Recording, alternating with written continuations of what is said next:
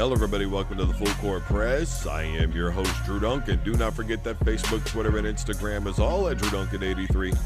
Additionally, you can find me on YouTube. Simply look for Drew Duncan. And, of course, the Full Court Press is on Facebook, Twitter, and Instagram as well. And don't forget that you can find us wherever you listen to podcasts. Spotify, Google, Spreaker, iHeartRadio, etc.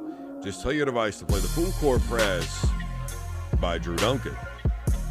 32 teams, 32 days in the NFL. The focus right now is the Pittsburgh Steelers, whose schedule is not user-friendly. They start the season at New England, then they're back home against Seattle. Then a couple of weeks later, they've got a divisional game against the Ravens following a divisional game against the Bengals. Then a couple of weeks after that, they're going to face Indianapolis. They'll have the St. Louis Rams. Then they're going to be at Cleveland for a divisional game. Then they'll have to face the Bills, who I've talked about ad nauseum with their top three defense from a season ago. Then they finish off the season with the Jets and Le'Veon Bell. And then a divisional game with Baltimore in Baltimore. Hell of a schedule for the Pittsburgh Steelers. Who, by the way, I was watching their preseason game Sunday night, and it really bothered me that the conversation was, oh, there's a lot of people out there who don't think with Antonio Brown they'll be that good. Which blows my mind, because I feel like anytime you have a guy named Ben Roethlisberger taking your snaps, provided that he's healthy for the entire season, you have a chance to win football games. And even then, I really like their quarterback, Mason Rudolph, who's been very impressive. I know it's preseason, but he has really shined. I mean, you want to talk about a good quarterback situation. Two very similar players at quarterback in Rudolph and Roethlisberger. The Steelers have it. JuJu Smith Schuster, still a hell of a wide receiver. James Conner, who I don't think is as good as Le'Veon Bell, but I think is a damn good running back, and he's somebody that I would take on my team. I'll tell you that right now. I mean, literally, I just listed three guys that I would take on my team.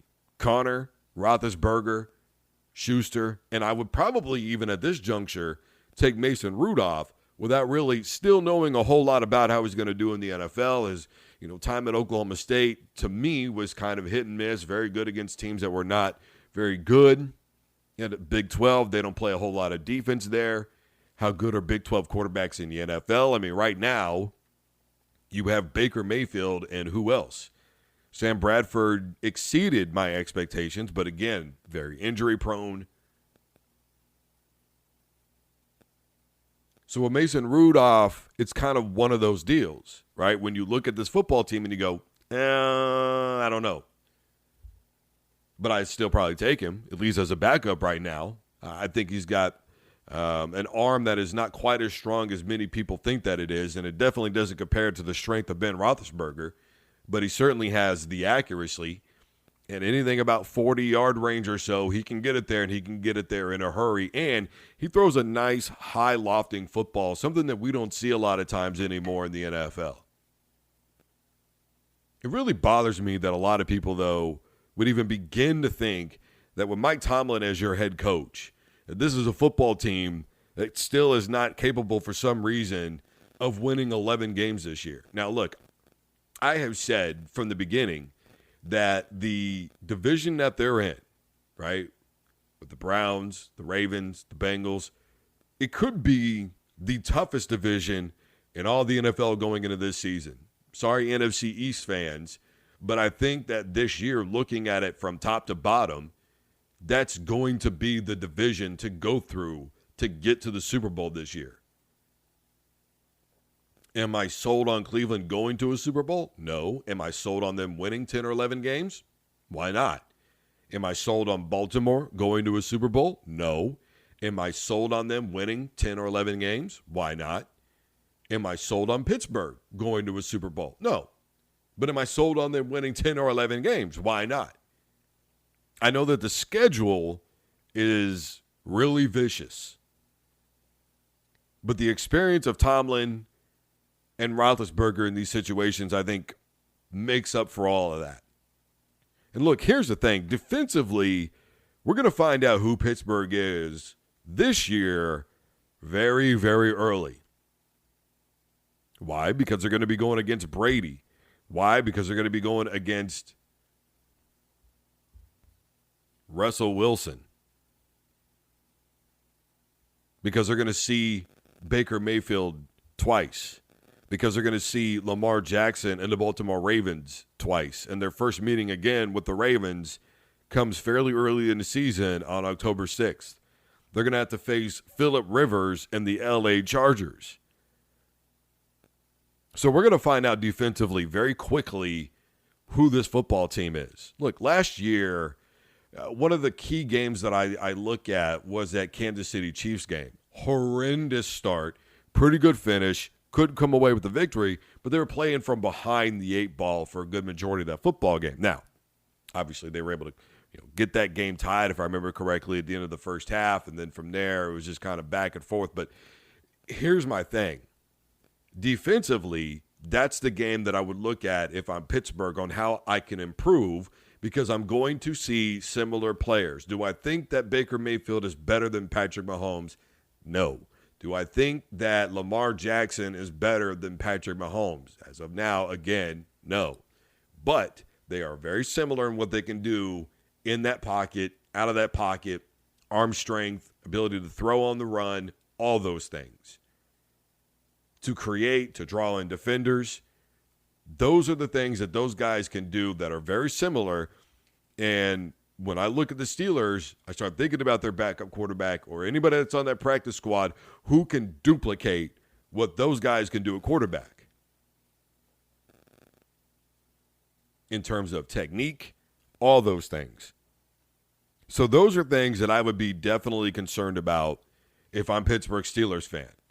Is that steel curtain defense going to be able to hold up against some of the more prolific looking offenses? And I say looking because it still is very, very early. The season hasn't even started yet. Prolific looking offenses. I'm really looking forward to this division more than I am in any other division in all the NFL. I really am. And I've said that a bunch of times since I've been doing this from the beginning, when I first started talking about Baltimore, on the Cleveland, now with Pittsburgh, Cincinnati. I am very excited for this division. I think it's going to be intense. I think there's going to be a lot of great football games. I'm looking forward to the fact that the Browns and the Steelers are both going to be playing the Kansas City Chiefs. I think those games have the potential to be absolutely epic. Defensively, though, is where I'm looking at all those teams, because while they may have the firepower on offense, defensively, do they have enough to hold teams in situations in order to, let's say they're down, can they make a stop and get the football back? Let's say they're down a couple of scores early. Can they get a turnover and get your team back in the game?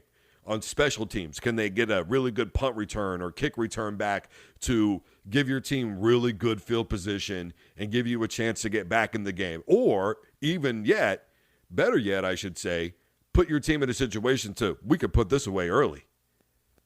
Hey, man, we're up 10-0. We can get a turnover and go up 17-0 right here.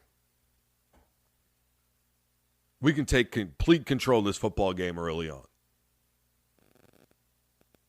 Right? And force the opposition to be one-dimensional. Are those the type of defenses, especially with the team we're talking about now, Pittsburgh, that we can see this year? I think it's going to be a huge thing. Matter of fact, I know it's going to be a huge thing. Guys, I am Drew Duncan, host of the Full Court Press. Facebook, Twitter, and Instagram is all at Drew Duncan 83. Additionally, you can find me on YouTube. Simply look for Drew Duncan. Of course, the Full Court Press is on Facebook, Twitter, and Instagram as well. And as always, don't you dare touch that dial.